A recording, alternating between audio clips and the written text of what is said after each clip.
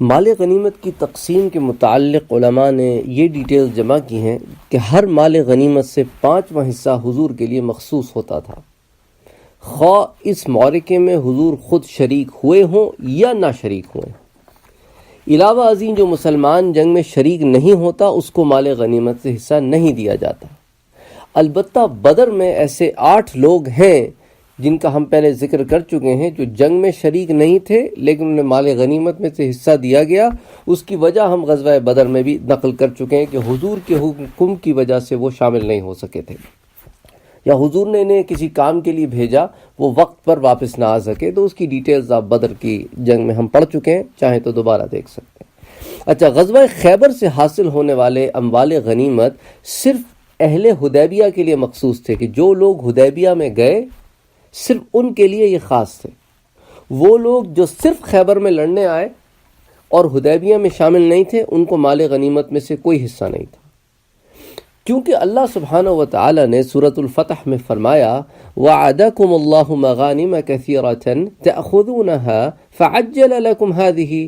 اے غلامان مصطفیٰ، اللہ نے تم سے بہت سی غنیمتوں کا وعدہ فرمایا ہے جنہیں تم اپنے اپنے وقت پر حاصل کرو گے، بس جلدی دے دیے ہیں تمہیں ہم نے یہ اموال غنیمت۔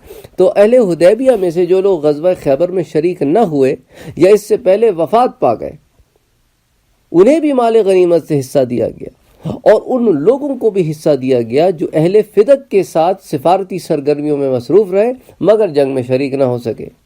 تو یہ مال غنیمت اس طرح تقسیم ہوا کہ جو پیدل تھے ان کو ایک حصہ، اور جو سوار تھے ان کے لیے 3 حصے، یعنی ایک تو بندے کا حصہ اور 2 گھوڑے کے حصے۔ اچھا، اگر کسی کے پاس ایک سے زیادہ گھوڑے ہوں تو بھی اسے صرف ایک ہی گھوڑے کا حصہ ملے گا۔ اب آپ یہاں عدل و انصاف دیکھیں کہ حضور صلی اللہ علیہ وآلہ وسلم اس جنگ میں 3 گھوڑے لائے تھے، ایک لزار، ایک ضرب اور ایک سکب۔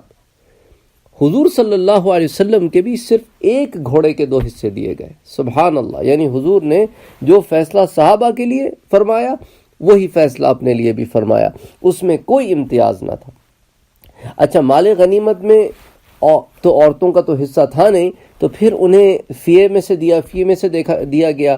تو بہرحال اس کی ڈیٹیل ہم 1-2 دروس پہلے دیکھ چکے ہیں کہ وہ عورتیں جو اس میں آئی تھیں ان میں سے ایک صحابیہ کی ہم روایت بھی نقل کر چکے ہیں جنہیں حضور نے ہار عنایت فرمایا تھا، اور مرتے دم تک انہوں نے وہ ہار اپنے ساتھ رکھا، اور یہاں تک کہ کہا کہ اس ہار کے ساتھ مجھے دفن کیا جائے کیونکہ یہ حضور صلی اللہ علیہ وآلہ وسلم کا مجھے تحفہ تھا۔ سبحان اللہ، سبحان اللہ۔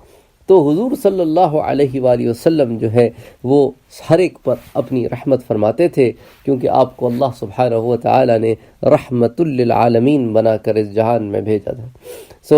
انشاءاللہ پھر اس کا جو اگلا باب ہوگا اس میں ہم ان زمینوں کے بارے میں ڈسکس کریں گے، ان زرعی زمینوں کے بارے میں ڈسکس کریں گے جو خیبر میں موجود تھیں، کہ اس کا انتظام پھر کسے سونپا گیا، کیونکہ زمینیں کثیر تھیں، صحابہ تھوڑے تھے۔ تو انشاءاللہ اس کو پھر نیکسٹ پارٹ میں ڈسکس کریں گے۔